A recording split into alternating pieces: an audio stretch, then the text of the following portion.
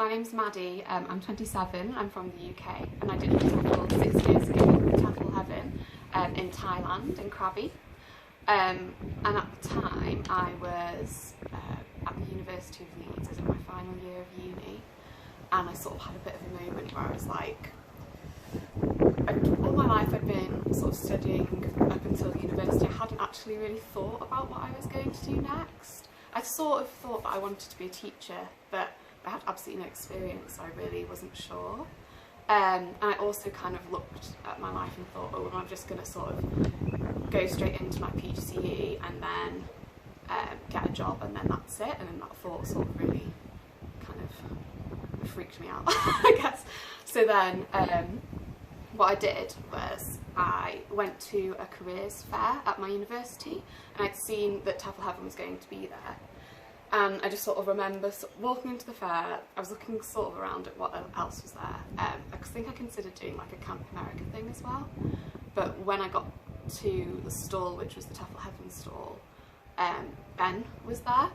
And I spoke to him, and he was just so like outgoing and confident, and he just seemed really kind of happy with his life, I suppose. And I just thought that it seems like the right decision, like if it can make someone that happy. The way he was just glowing and like buzzing when he was talking about it just really made me think it's something that I wanted to do.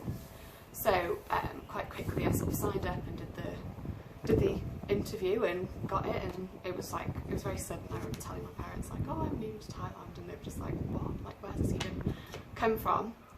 But yeah, it's literally the best decision I've ever made. It completely changed my whole life. 6 years on, I wouldn't know half the people that I know now. I met like some of my absolute best friends for life. I met my fiance, who I live with now, and none of that would have happened if I hadn't have done it. So yeah, it literally is the best decision I've ever made. So before the course started, we had this there's like a social media thing. It was like, instead of Facebook, I guess, someone had made this sort of online platform to talk to people who were going to do the course. So I was on that, and already before I even got there, everyone was so friendly, and we were all talking about like how much fun it's going to be. And then I spoke to this girl called Helen, and she was flying from Manchester, so I remember speaking to her and coordinating flights, just so that, because I was going completely on my own, so I thought, and she was as well, so I think we both thought like that would be a good idea. And then as soon as I met Helen at Manchester Airport, we just had like the funniest conversations. We just laughed all the way to Thailand. It was so easy, and I think because I guess we were both nervous, but we had a lot in common purely because we decided to do this. And that's what I found even when we got there.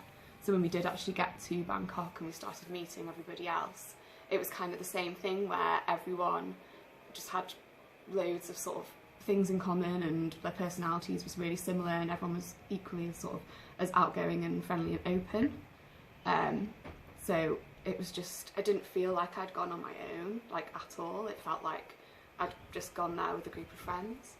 So we stayed at a hostel called We Bangkok. I don't think it even exists anymore. I think it might shut down. I don't think it's used by TEFL, or it's not used by TEFL Heaven.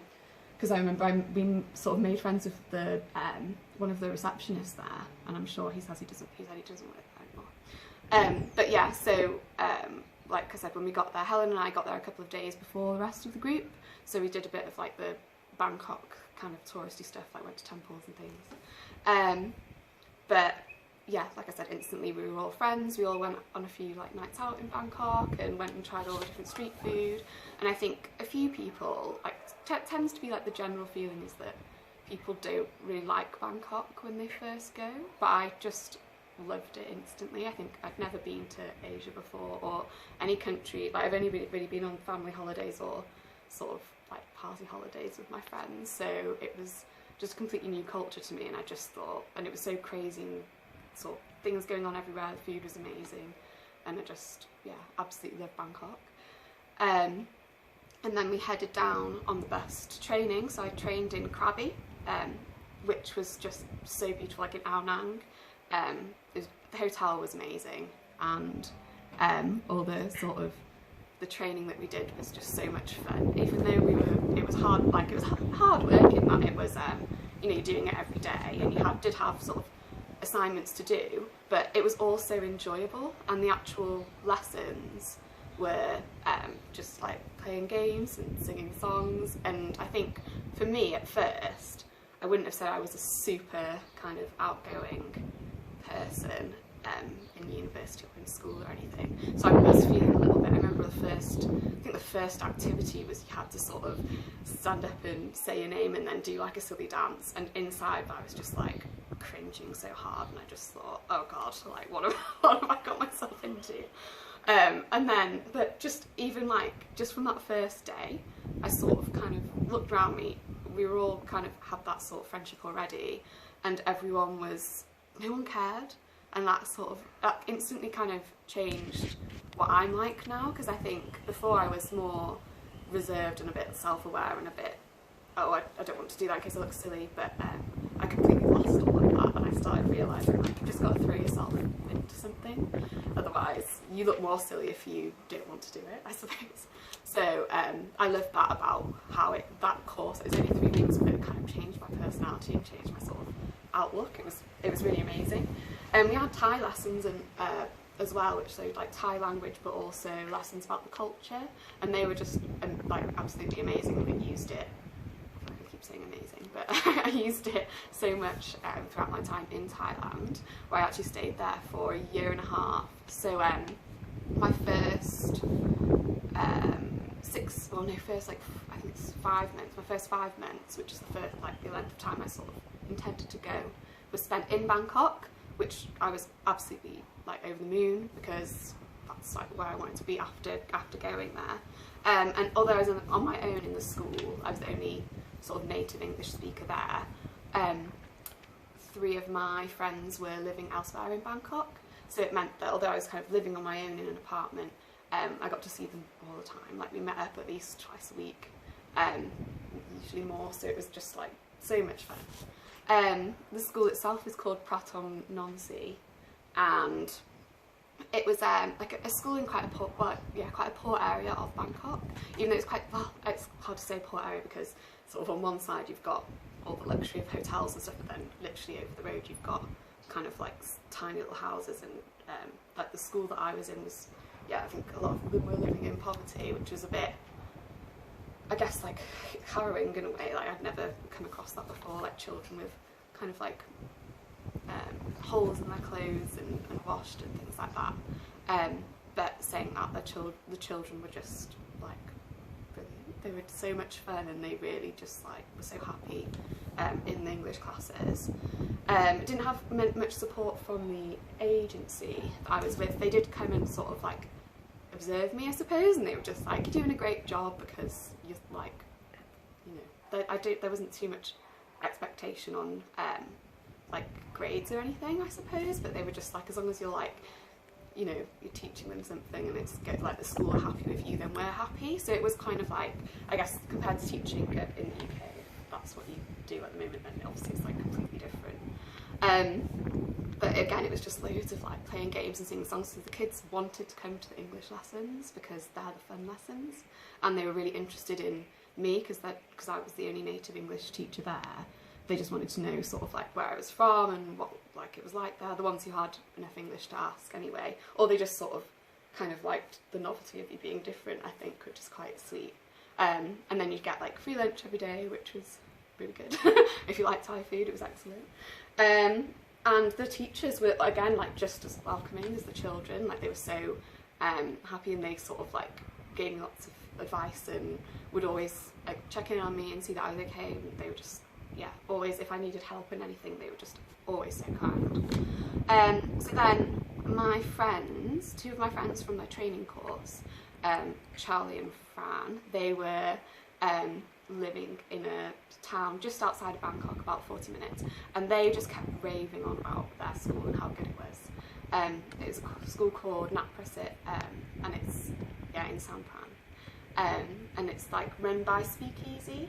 So that's another school that again the TEFL Heaven like works quite closely with. So they usually send a few people there each time, I think.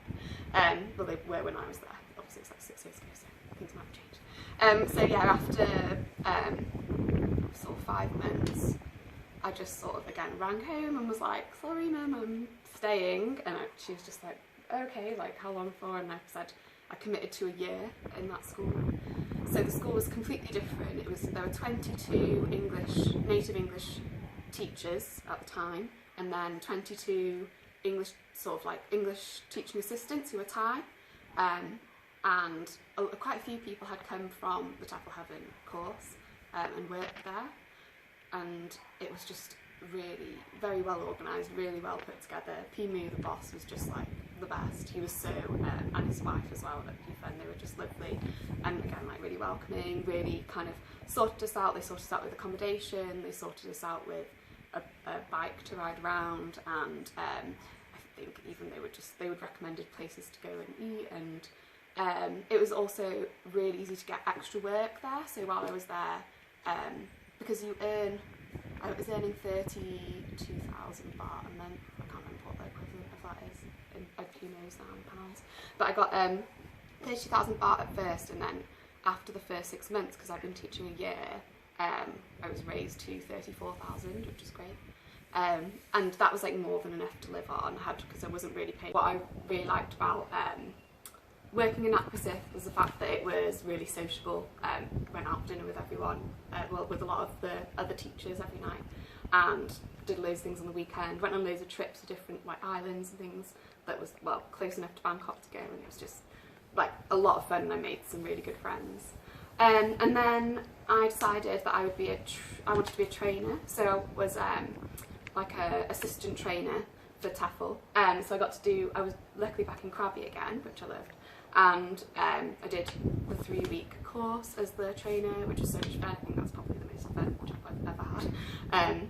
And again, I just met loads of amazing people. One of my friends, Lizzie, I met there. She was one of my trainees, and we kept in touch. So she was in a completely different town. She was in like northeast Thailand, which she loved because it had a completely different experience to me. But I think even if you're remote, you can just have the best time. And we decided that we wanted to go to Australia after that. So we kept in touch a lot over that time, and then that was sort of my next plan was to move to Australia from Thailand. Over Christmas that year, before we went to Australia, while I was still working in Thailand, I went home, and when I got back was the first time, the only time I felt really homesick. Because I'd just been with all my friends, and so what I found really helped was kind of being with my friends who were already there. And I think I used to watch like British TV, and we'd all get together and like a few of the British people who worked at my school, and it kind of stopped me from feeling homesick, I suppose. But that was quite hard, especially because I'd already made the decision and got my visa to go to Australia. In Australia, I got a job as a teacher, as an English language teacher, which I didn't think was possible. So that's something which is really cool that you can do with your TEFL, because it's really good money, and it was again an amazing job teaching adults. While I was there, I met my fiance. Oh, he's my fiance now, obviously, not at the time. And we decided, because I was talking, my friend Lizzie was talking so much about teaching English and how good it was, he decided he'd like to do it as well. So me and him, when we sort of just started our relationship, and our friend Aaron made a plan to go to Mexico, because they didn't have degrees. So we went to Mexico, where you can do it without a degree, and that was such an amazing experience as well. It was completely different to Thailand, but just so much fun, and what an amazing country. And they also did their course through TEFL Heaven, which really set them up for teaching over there. After that, I went home. We went home. He came back with me to the UK, and I did my PGCE in primary education, and then a year of teaching over there. So I'm a qualified teacher, and now I've moved back to Australia. I'm hoping to look for a job in TEFL, in ESL, because that was just the best job I've ever had.